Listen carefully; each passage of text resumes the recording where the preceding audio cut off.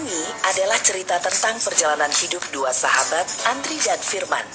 Andri dan Firman baru saja lulus kuliah dan mereka langsung mendapatkan pekerjaan di sebuah perusahaan. Andri dan Firman sama-sama pekerja keras dan mereka menempati jabatan yang cukup penting serta mereka mendapat gaji yang cukup besar pula. Perbedaan Andri dan Firman adalah gaya hidup mereka.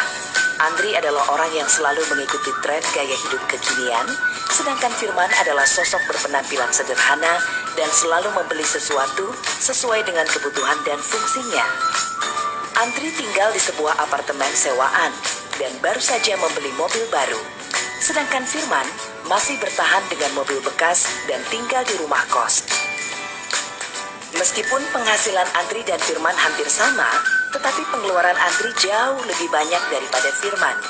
Gaya hidup Andri yang konsumtif berbanding terbalik dengan karakter Firman yang bijak dalam mengatur keuangannya.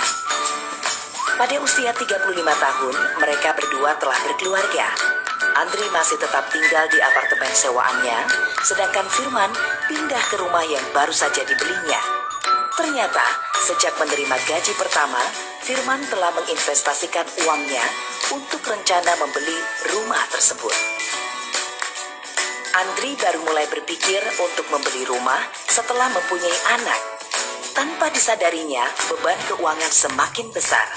Berbeda dengan Firman yang ternyata sudah berinvestasi dengan mempersiapkan biaya kebutuhan sekolah anaknya dan bahkan masa pensiunnya.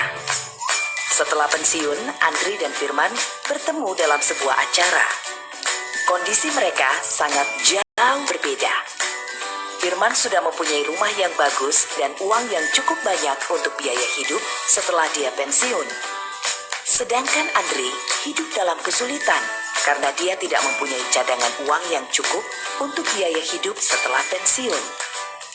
Itulah gambaran perjalanan hidup Andri dan Firman.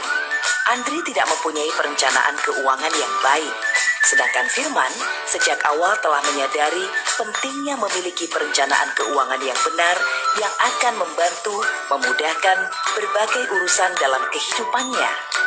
Mengapa kita perlu perencanaan keuangan yang benar? Usia produktif kita ada batasannya, sedangkan kita hidup punya banyak kebutuhan dan kewajiban, punya banyak cita-cita dan keinginan. Seperti kebutuhan sekolah anak, kewajiban membayar tagihan-tagihan, kebutuhan akan kesehatan, keinginan membeli rumah bagus, naik haji, liburan keluarga. Untuk itu, kita perlu merencanakan keuangan kita dengan cerdas.